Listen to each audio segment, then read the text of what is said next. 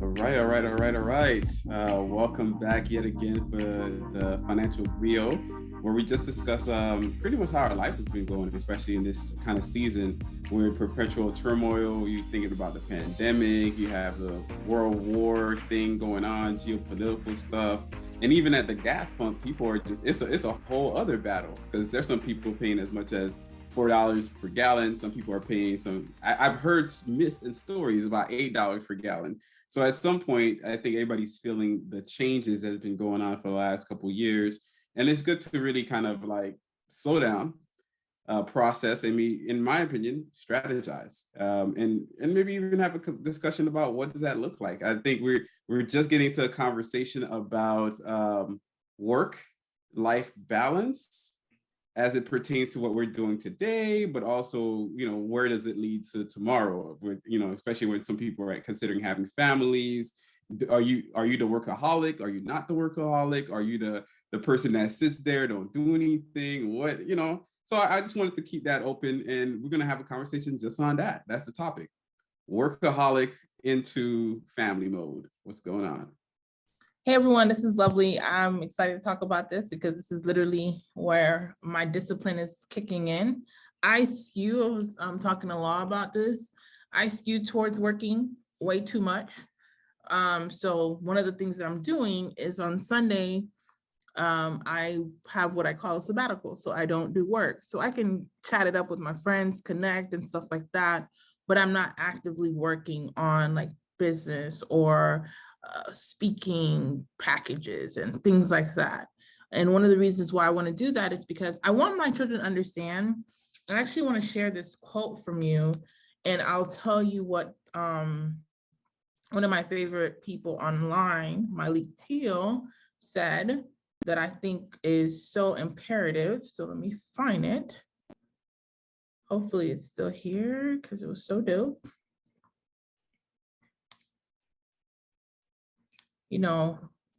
Facebook has a 24-hour thing, so it might be gone. Well, Instagram. But if not, I'll summarize it for you. Oh, no, there it goes. This quote was, I don't want to be a girl boss. I want to love my career, but never miss dinner with my family. I want to be a mom first, entrepreneur second. I want to be at every baseball game and recital. I want to inspire thousands of women, but most importantly, my kids. I want to be present for date nights with my husband. I want to put health before my work. I don't want to hustle 24/7. I want freedom. And in the inverse, Malik writes, here's my edit, which is more alignment with me. I've always been a boss, not a girl boss, just a boss. I want to love my work and make it home for dinner lots of nights. Every night isn't necessary. I'm a person first. I'm present at date nights. I want to make dance games and recitals, and I'm going to miss some because my life is also a priority. I want to model to my children that they can make the choice to do something that isn't always with their family. That's freedom. I skew towards more Malik's school of thought, or how she expressed it, because I think there's this thing of, especially women, I would say this, I don't know about men, because Lawrence, you'll take your own hit of that. But we feel like if we ever miss something for our children, then we're automatically a bad mom or a bad parent. Where I want my children to see me live my life out loud. So I may have a speaking engagement that may correlate with something that they're doing. I don't want that to be priority all the time, that I take the speaking engagement over the recital. But if there's 20 recitals of the year, if I miss 2, you're not going to become a psychopath. Because I want you to understand that I can live my life out loud too. I want you to see what it is to have a mom that has ambition, that has vision, that has dreams, and she's living it out. Because later on, I'm going to ask you to have dreams, be bold. But if I've always never, ever shown you what it is to have choice and freedom, I particularly believe that I'm creating a false narrative. I want you to be bold. I want you to be this person. But then when you see me live my life is always in priority to you or my husband or family first, which I'm also then modeling this behavior that you don't have your own self-awareness or things you need to do for you. So I want, sometimes like, hey, you're going to take the kids out for date night or whatever, and I'm going to be home with the wine sometimes, because I think there's space for children to see parents do self-care, love on themselves, and be disciplined. I know that I'm like that mom that's gonna one day be like, oh my gosh, my kid's everything. I know that. So I know I can go so deep, but I also want to practice now in my mind, missing something does not make me less of a mom. Me owning a business doesn't make me less of a mom. I just will parent differently. I will show up differently. And I think what's amazing is I've been talking about to moms at homeschool, and one of the ladies that I talked to said, you can have an office where you create a whole homeschool center if you want to, even if you own a business. She was just explaining to me, I'm not saying you have to homeschool, but there's just so many options. So live your life. So for me right now, one of the core disciplines that, saying all this to say, one of the core disciplines I am saying is I know that I love what I do. I love working. I love trying to figure out this puzzle of me building out this business, but I don't want it to consume my life that I'm not present. But I also don't want to become a parent and then I'm nothing else. I'm just a mom. That's it, nothing else. And I think when somebody says, well, it's okay to be just a mom, and I'm like, well, you're not only just a mom, you're still a partner to your husband, you're still a daughter, you're still other things. It's okay to prioritize mom above everything else. I just don't want that to be my sole identity. And so that's what I'm practicing now, but I don't know when I'm there how I will be, because this is all theory. I like how you ended up there, that this is all theory. I think the biggest part that we all don't know, we don't know who we're going to be after such a dramatic life change. When you have one kid or even two kids or even three kids or even no kids at all. Like the person that we were when we were in middle school is not the person that we are now. The person that we were in college, for a lot of people, have substantially changed. So with the fact that you stated it well, that we don't know, it's always like that caution that I tell the people is like, when you live your life, I think in the first quote, when you live your life with some level of such a finiteness, I'm gonna be at every soccer fall practice, I'm gonna be at every football practice, you're destined to fail, and fail, spectacularly, because you're putting upon yourself so much social pressures that it's impossible to live up to those expectations. I think for some people, they grew up, maybe their parents wasn't around, so they said to themselves, you know what, I'm gonna be around all the time. But do you know that your kids might not want you around all the time? Maybe that's the thing. Maybe they just be like, whoa, get off my back. And maybe that creates the psychopath. Who knows? And some people baby their kids so much that their kids are useless as adults because they've just been babied their entire life. So there's a compromise that people have to do with regards to learning and also adapting, but also healing your past traumas and not necessarily reacting to life based off of those things. So ideally, I think one of those things I wrote down when you were talking is the fact that social preference, and I've said it before, I think cultivates men. It tells men what to do. Hey, you better get a job, you better get a house, you better do this and conform to these society standards, because in truth, women are the curators of these social pressures. And I've seen it in little girls and little boys. When you see little boys play around, they literally have, hey, we're gonna go play. One person elects himself as the dominant. Everybody's like, all right, cool, moving on. There's really no struggle there. There's just a thing. Women, before they ever get to the playtime, there's about a couple hours there of pure planning that happens. There is you're gonna do this, you have this skill. There's a decorum, there's almost a democracy that goes on. It is the most layered thing you ever seen in your life. It's wild. And when you watch it in principle, you think to yourself, like, this is too complex. At least for a guy, I'm like, this is insanity. Like, by the time it's all said and done, this person, she has ruled over them for the last, how many years? She is the president, so on and so forth. She dictates who and who, and she typically has a secretary that's like her yes man or yes woman, I guess, that's always on the side of her that dictates the following. That's what all the other girls would do. I don't know. That's what I've seen, basically being in the educational field for certain periods of time. I've watched that in my own family, and it's just a little bit nuts.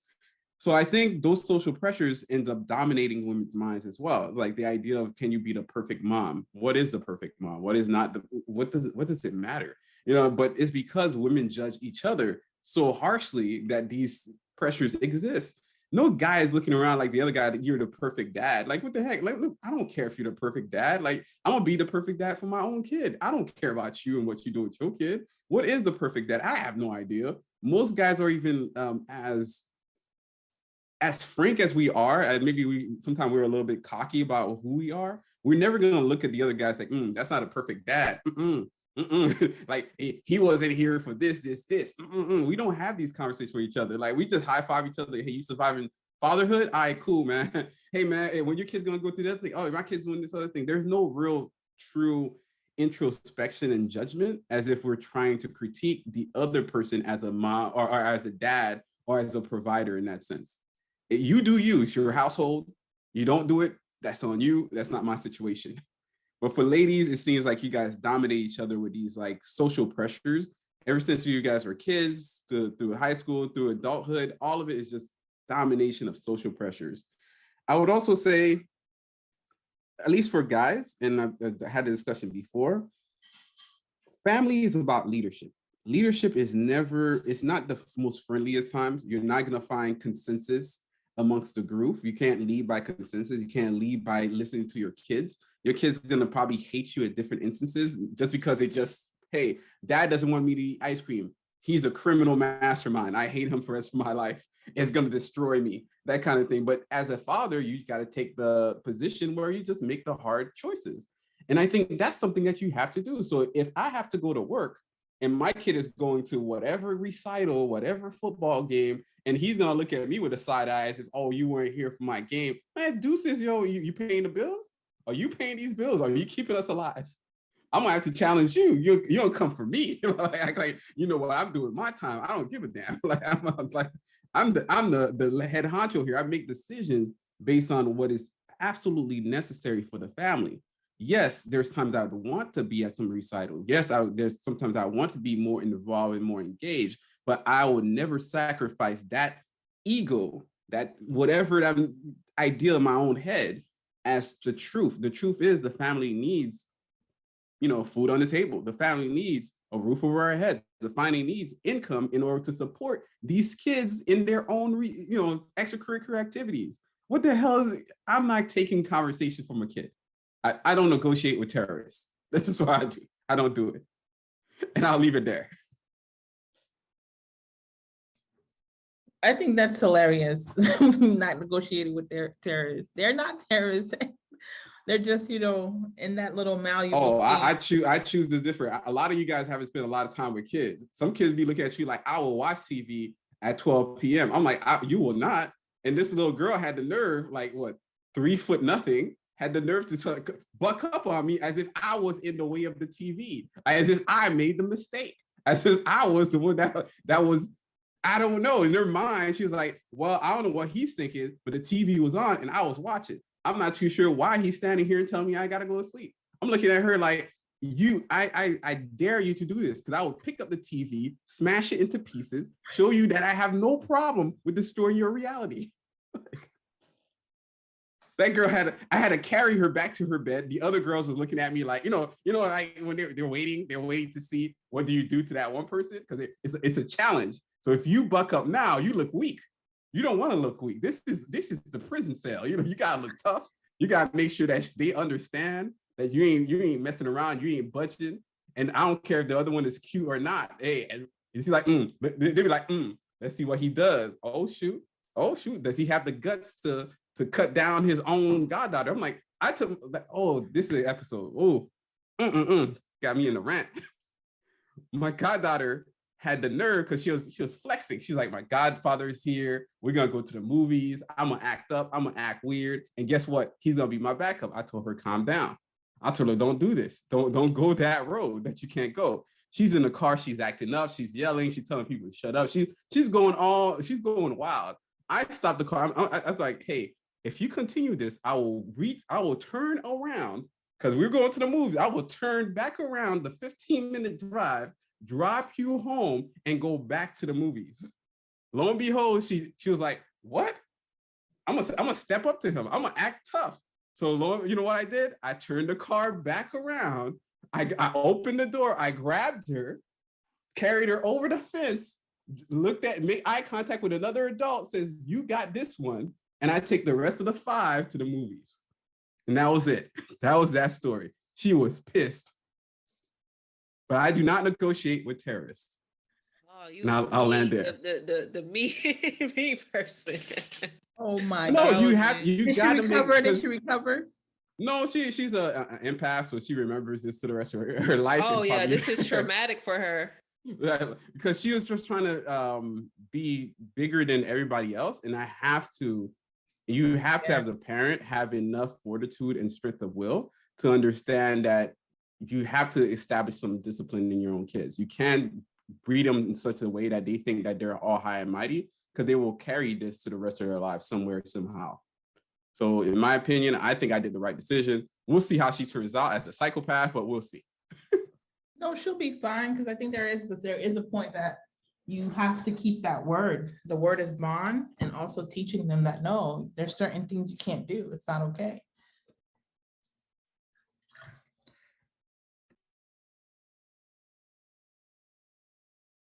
Okay, we went dead there. What's going on? I'm like, was there recording? Yeah. Alana doesn't even know what's going on. She's like, I don't know. I just walked in. Give me a second. I'm just trying to figure it out. Like, everybody's like, hey, were there traumatic experiences that you guys were experiencing right there? It's like, man, my uncle was tough. Give it a second. Right, man. Went down the childhood memory lane.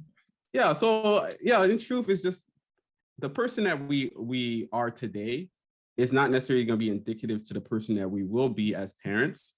You know, you don't know you're going to wake or not. Maybe you just kind of built those ideologies now. But I think to start to say that, hey, you're going to be at every recital, everything, every this, every that, you're going to support your kid at all times. You're going to buy them all the outfits. You're going to do all this stuff. It's a little bit unnecessary. And I think it creates more of the problem than it is a solution. Because in truth, every family has their own dynamic. Every family works the way it needs to work. I think a husband and a wife or a couple need to decide, or whoever that they end up being, they need to decide their roles and how they can coexist and cooperate to create a better unit. I agree. I think there's a lot of discussion about how things should be. And everybody, this is the same conversation I was having about someone in recently about business, right?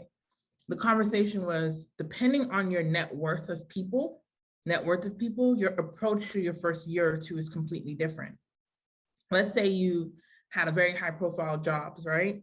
And maybe you used to work in PR. Because you used to have high profile jobs, you have a Rolodex of people that you can probably call on and say, hey, I'm going, freelancing now, just keep me in mind. Versus someone that maybe worked in a very low tier, but they have a gift, they have a skill set, they have a different stake in how they're going to show up in the market. Because why? Their network is different. Their environment of how they got into their career is different. So they take it with two different approaches because the resources are not the same. And so a lot of times we try to paint a brush on one thing, like two parents, like for example, you might have two parents household, but one person might have a disability. And because of that disability, they're going to be able to only give, let's say per week, 20 hours of real focus time, versus maybe two people, not the same two people, another set of people, two different outcomes. They don't have somebody that has a disability. They're going to approach the resources of how they raise their children completely different. And if you have two children, if you have four children, there's so much layering things that happen that it's impossible to just paint this one brush. But we want to do that because it makes it easier for us to judge. So we might see a mom like, man, her kids are acting. You don't know that yesterday she walked into the house, husband left a note, I'm leaving you. So now she's here in this grocery store on a Saturday, and all you see is kids wilding out. That's a lie. A guy would not waste time writing that. He'll text it. All right. He'll text Okay. it. Let's get some real examples. That was going good. Then it just went left. Like, why the husband got to leave the wife? Why the kids just can't be mad? With a note. I'm just saying, there's so much that can happen, but we want to kind of like paint a brush. Or, we want to paint this one color of a wall, not realizing there's so much layers. And you don't know how much triggers you have until, like, that's why I said, these are all theories. I just said all that stuff, theories. I don't know. When I'm there, I'll let y'all know. I'll come. We'll have a whole episode. Year 1, how you surviving? Year 2, what's up? Year 16, what's really going on? So I think there's something to be layered of, like, I think there's this thought that was a thought bubble that was running through my mind. We were talking about earlier, work-life balance, and I really call it work-life integration, because that word balance makes it seem like things are really just going to be this way. They're going to be evenly this across the board. It's not true. Every season requires you showing up completely different. You might be working 60, 70 hours this season of your life, so that maybe in 5 years, you're only working 30, making even more because you've built a momentum into what you're doing. So there's so much things that go into life. And I think what Lawrence alluded to, which is, I do agree with that, is that as women, we judge women's households so much harshly. Like, oh, her hair's not done. Told you she didn't know how to take care of herself. Like, oh, her kids don't have da-da-da. And it's like, oh, you feed your kids Chick-fil-A? Oh, you didn't make their meals from scratch? You didn't go farm? You don't got a farm behind your house? Like, bro. You can't. Not sis. You ain't bro, it's sis. Yes, right. Sis. No. So then there's this heavy judgment you walk into and I've come to realize it keeps us stuck. It keeps us stuck in careers. It keeps us stuck in so many areas of life because you're trying to perpetuate a particular look of something versus actually living your life. You're trying to curate a look. And I said this on TikTok. A lot of people have been sold a lifestyle. Even moms have been sold a lifestyle. You see the kids are all cute. You see the pose, beat face. Baby, at 6 o'clock in the morning, I'm not about to beat my face. I'm not. No. These children, they might be wilding at 6 and 7. And it's okay. I'm not going to sit here and feel like I have to perpetuate something that's not even real. It's fabricated. So even when you hear, oh, I get dinner at 6 o'clock every night. So there's not been a night that you didn't pull up and Uber Eats this or microwave something from leftovers. Like, you make a dinner 6 o'clock, fresh dinner every night at 6. All right, bet. Maybe it's true, but just because that's not my story doesn't mean that I'm less of a mom. And I think that's what we need to think about, is like, if anybody's listening to this, curate what's meaningful for you. If you could see me, I'm pointing. You can't see me, but I'm a point, like I'm talking to you. Curate what's meaningful for you. Because in turn, you at least are measuring your life on what you feel like is your wants, your desires, and your alignment. Because guess what? I say this to everybody. All my friends have heard me say this once, at least once. When you close that door behind, when we close the door behind your house, you know who's behind that door? You and whoever else. No one else. Not the people online, not your mama, not your daddy. It's you and whoever else. Curate that, and hopefully when you close that door, you are happy with where you are. That is the most important thing, and not perpetuating what is not true. And I'm just gonna let who else is not there is the husband, because he left the note. He's gone. He's gone. Like, he's out of there. That's for sure. He's not behind that door no more. I didn't know people still do notes. Yeah, that's what I said. Like, you got a text, like, at least he had some courtesy out here, Hallmark courtesy. But hey, like the Haitian American proverb says, we do not beat faces, we beat kids. Let's go. Let's keep it a buck. No, we don't. We still on this subject. We beating the kids. No, I'm not. Punch them in the throat. Nope. We doing all of Punch him in the throat. Atlanta is literally violent. At this point, I'm gonna have these kids need to be punched. Like, no face, no case. On dial. Yeah, was it? Yeah, Cardi B said, no face, no case. No, my headphones I'm still not on that. Yeah, exactly. Because no, you shouldn't be doing this. No, I don't believe it. Even with all that we have said, I'm still not. I don't believe in corporate punishment. With that said, do you have anything to add to this short conversation about work-life integration and the social pressures that women really, not really men, I think a lot of women face these pressures more than men. I think guys kind of have some kind of creation preferences here and there, but I think women judge each other harshly. We discussed this. You can't make a face now. You admitted it. You said it. You said it. So with that situation said, so what do you think, Alana, before we wrap up this episode? Just find the balance within yourself. I think we don't check in with ourselves frequently to see what is going on, because a lot of things that filter in terms of our environment can put pressure on ourselves, looking at other people, not really focusing on what's going on internally with us, because sometimes we overhype things inside and not really looking at the actual facts of what's going on. So I always suggest and try to advise people to kind of check in with yourself and see why you're feeling the way that you're feeling, because most time it's all in your head, to be quite honest with you. So I always try to check in with myself, and see what feels good and what does not feel good to me. If it does not feel good to me, I need to ask myself why and kind of break down from there. But it's a lot of pressure, but you just have to kind of find that center and that balance within yourself. And we have to kind of let these expectations of life and everything has to be curated, let it go. Because honestly, if you don't let it go, it's just going to keep accumulating this sort of animated avatar we were just discussing on the group message, this avatar life that's not real. And if you want something tangible and real to come, then you just have to work for it, and that start with you. And that's how I land. Well, for myself, I think it was one of those things that you guys posted. I forget which one. It might have been Atlanta that posted it. It was like a news report.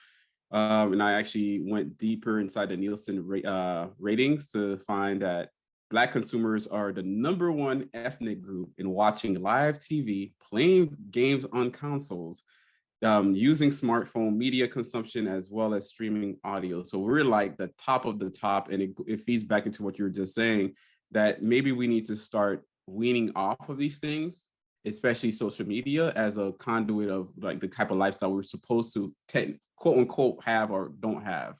And I think that is playing into everybody's head. It's playing into the massive rise in depression, anxiety, and also like people giving up completely. People are like quitting the American dream, or even they don't want to work no more. They don't want to do anything. So we're seeing people either play too deep into these social constructs or really completely snapping mentally about it. So it's something to be said. I think in this conversation, women have the two ladies here have stated that, hey, it might just be in her head, but please, guys, do not repeat that to your wife or your significant other. She might go crazy when you tell her that it's in her head. So don't do it. Don't do it. That's the only thing I could gather from here. Remember it to be true, but just know, don't tell her that it's all in her head. Just kind of like, and just walk away.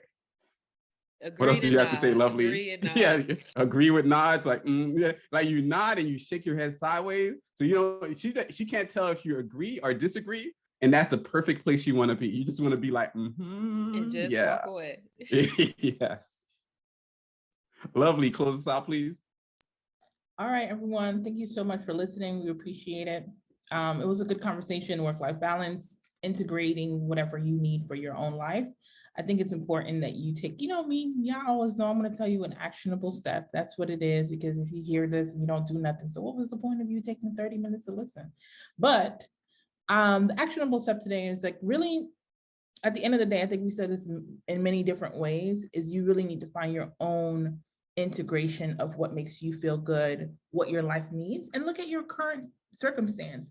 There might be someone that's a single parent. I'm not expecting your schedule and your lifestyle to be the same as someone that has maybe help.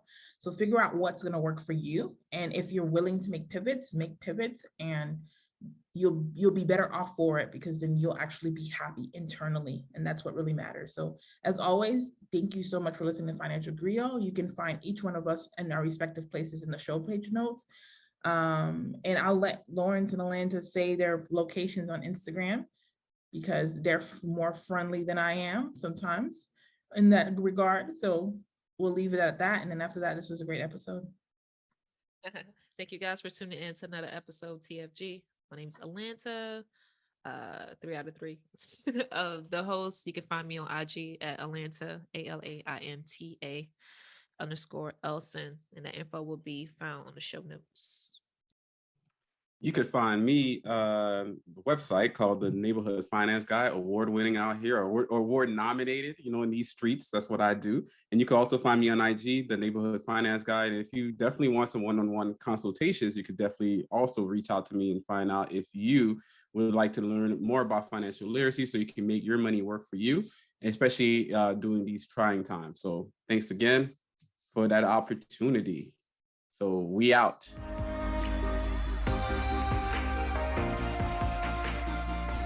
Thank you for listening to the Financial Griot podcast, powered by the Wealth Builders Collective.